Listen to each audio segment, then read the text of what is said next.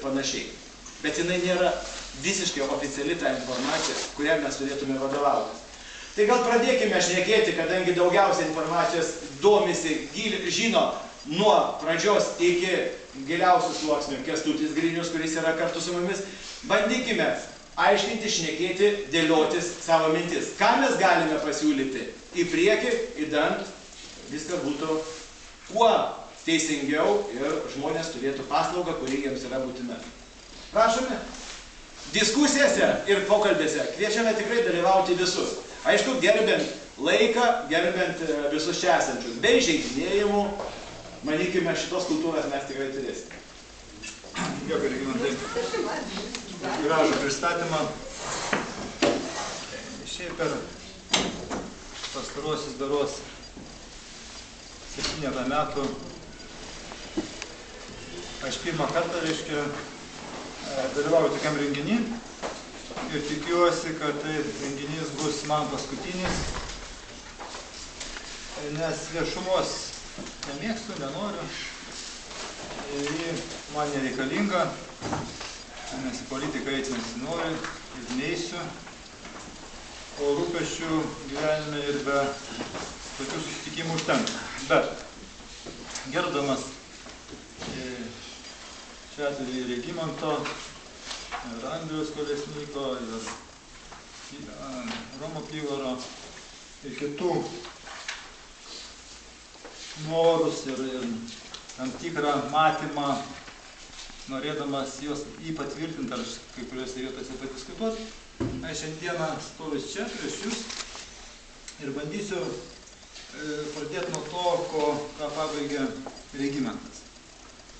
O kągi, mėly ponai, mes turėtume daryti, kad tai vadinamas konfliktas, kuris išaugo jau tikriausiai iki beprotybės, kuris įgauna formas valstybinės ir įgaus dar keistesnės formas, patikėkit manim. Ir grąža valstybės Ukmergės miestui ir Ukmergės rajonui bus, niekam yra neleistina ir niekada valstybei nebuvo leistina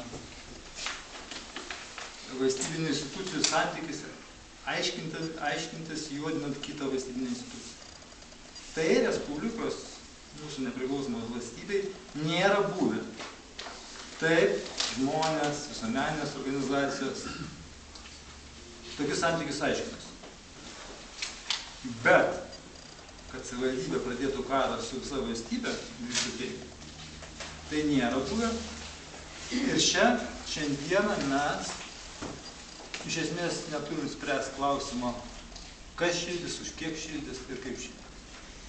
Tai yra svarbu. Tai yra svarbu žmonėms, kurios matau čia yra atėję iš miesto energijos, iš šilumos tinklų ir iš kitų, kurie užsiema to bizniu, kurie tai yra pragyvenimo šaltinis.